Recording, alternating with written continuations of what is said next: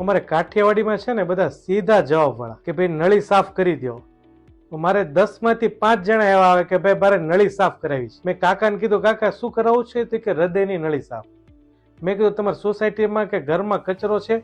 એ ક્યાં છે? મેં કીધું સાફ કરતા કેટલી વાર લાગે?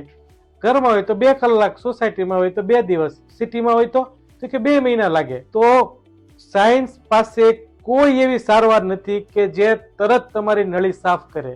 ના એલોપેથિક પાસે, ના હોમિયોપેથી પાસે, ના આયુર્વેદિક પાસે. આ જે ક્લિનિંગ પ્રોસેસ છે ને એ ટાઈમ લાગે, અને જે બી પ્રોસેસ ટાઈમ લગાડે ને એ સક્સેસફુલ પ્રોસેસ હોય. કેમ કે આપણે જે ખાવી છે ને એ જ વસ્તુ એ બ્લોકેજ બનાવ્યું. અને જો બ્લોકેજ બનાવવાની સ્પીડ કહું ને તો એ છે 2% થી લઈને 5% પર યર.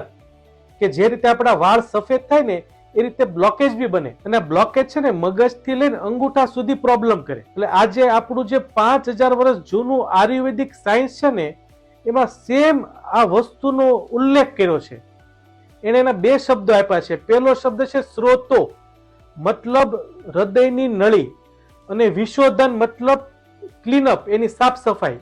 તો એની માટે તમે ચોક્કસ નોટ કરો કે સવારે 1 લીટર પાણી લો, એમાં 1 ચમચી ધાણાનો પાવડર, અને કોઈને એસિડિટીની તકલીફ ન હોય તો 5 ચમચી સૂંઠનો પાવડર નાખીને ગરમ કરો. 200 ml ઉકાળી લો, 800 ml ગરમ ભરી લો, અને 2 થી 3 કલાકમાં ઘૂંટડે ઘૂંટડે પીવો. જ્યારે બી પીવો ને ત્યારે ગરમ હોવું જોઈએ. જો આ પ્રયોગ હૃદયવાળા, ડાયાબિટીસ વાળા, બીપી વાળા કે જેને પેરાલિસિસ થયું હોય જો આ કરે ને 10-12 દિવસમાં ચોક્કસ મને કહેશો કે મને ફેરફાર દેખાણો છે, અને બહુ માર્કેબલ ફેરફાર દેખાણો છે. તો આવી નાની નાની વસ્તુ છે ને આપણને ક્યારેક બહુ મોટું રિઝલ્ટ આપે. તો જરૂરથી શેર કરો તમારા નિયર અને ડિયરમાં.